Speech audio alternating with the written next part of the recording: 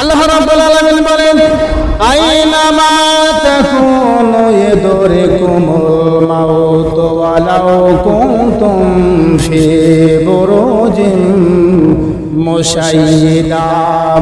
আল্লাহ রাব্বুল আলামিন বলেন মৃত্যু নির্ধারিত সময় হওয়ার পর ওই মানুষটি যদি বাঁচার জন্য শত চেষ্টা করে, একটা নির্ধারিত সংরক্ষণ ফলকের মধ্যে অট্টালিকার মধ্যে যদি মানুষটি বাঁচার জন্য চেষ্টা করে, যে প্রাচীরের মধ্যে কোনো মানুষ অবস্থান করতে পারবে না, যে প্রাচীরের মধ্যে কোনো মানুষ প্রবেশ করতে পারবে না, যেখানে কেউ প্রবেশ করতে পারবে না, এমন একটা জায়গায় গিয়ে যদি বান্দা বান্দি বাঁচার জন্য চেষ্টা করে, আল্লাহ রাব্বুল আলামিন বলেন আমার মালাকুল মাউত আজরাইল আলাইহিস সালাম ঠিক ওই সময় নির্ধারিত সময়ের মধ্যে ওই নির্ধারিত জায়গায় প্রবেশ করবে। জোরে বলুন সুবহানাল্লাহ।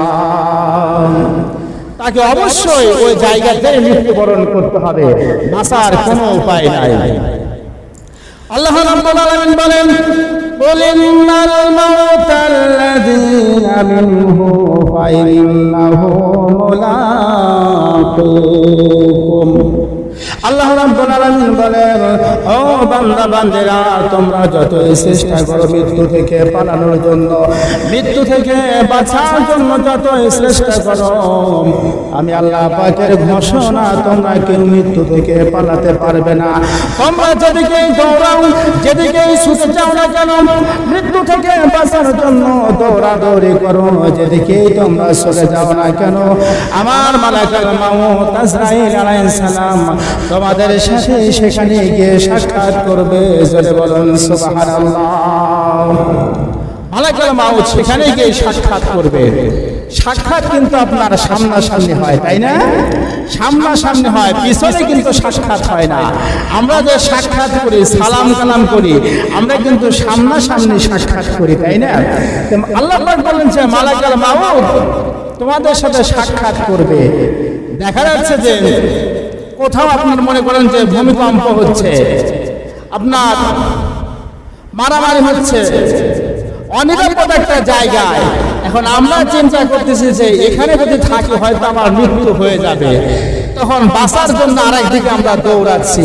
দেখা গেল যে দৌড়াতে দৌড়াতে হঠাৎ করে সে একটা জায়গায় হোঁচট খেয়ে পড়ে গিয়ে মারা যায়। এরকম হয় না? অনেক মানুষ দেখা যাচ্ছে আপনার সেখান থেকে দৌড়াতে গিয়ে আপনার দৌড়াতে একটা জায়গায় হোঁচট খেয়ে পড়ে গিয়ে সে মারা যায়।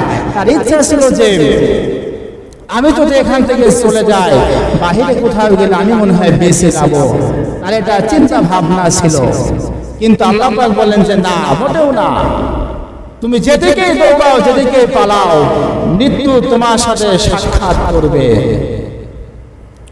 আল্লাহ রাব্বুল আলামিন বলেন কাইফা তাকফুরুনা বিল্লাহি ওয়া কুনতুম আমওয়াতান আহয়াকুম সুম্মা ইউমীতুকুম সুম্মা ইউহয়িকুম সুম্মা ইলাইহি তুরজাউন।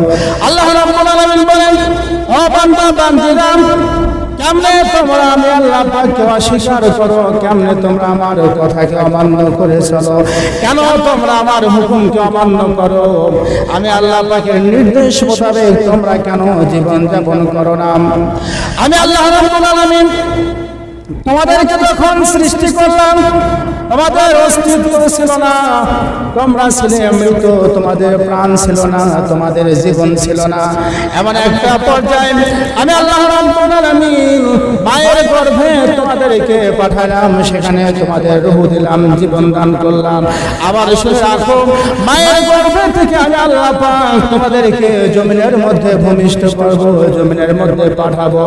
এই জমিনে পাঠানোর পরে তোমরা জমিনে চলাফেরা করবে, একটা নির্ধারিত হায়াত তোমাদের দেওয়া হবে, নির্ধারিত একটা সময় দেওয়া হবে। এই সময় দেওয়ার পর নির্ধারিত সময় তোমাদের শেষ হয়ে যাবে।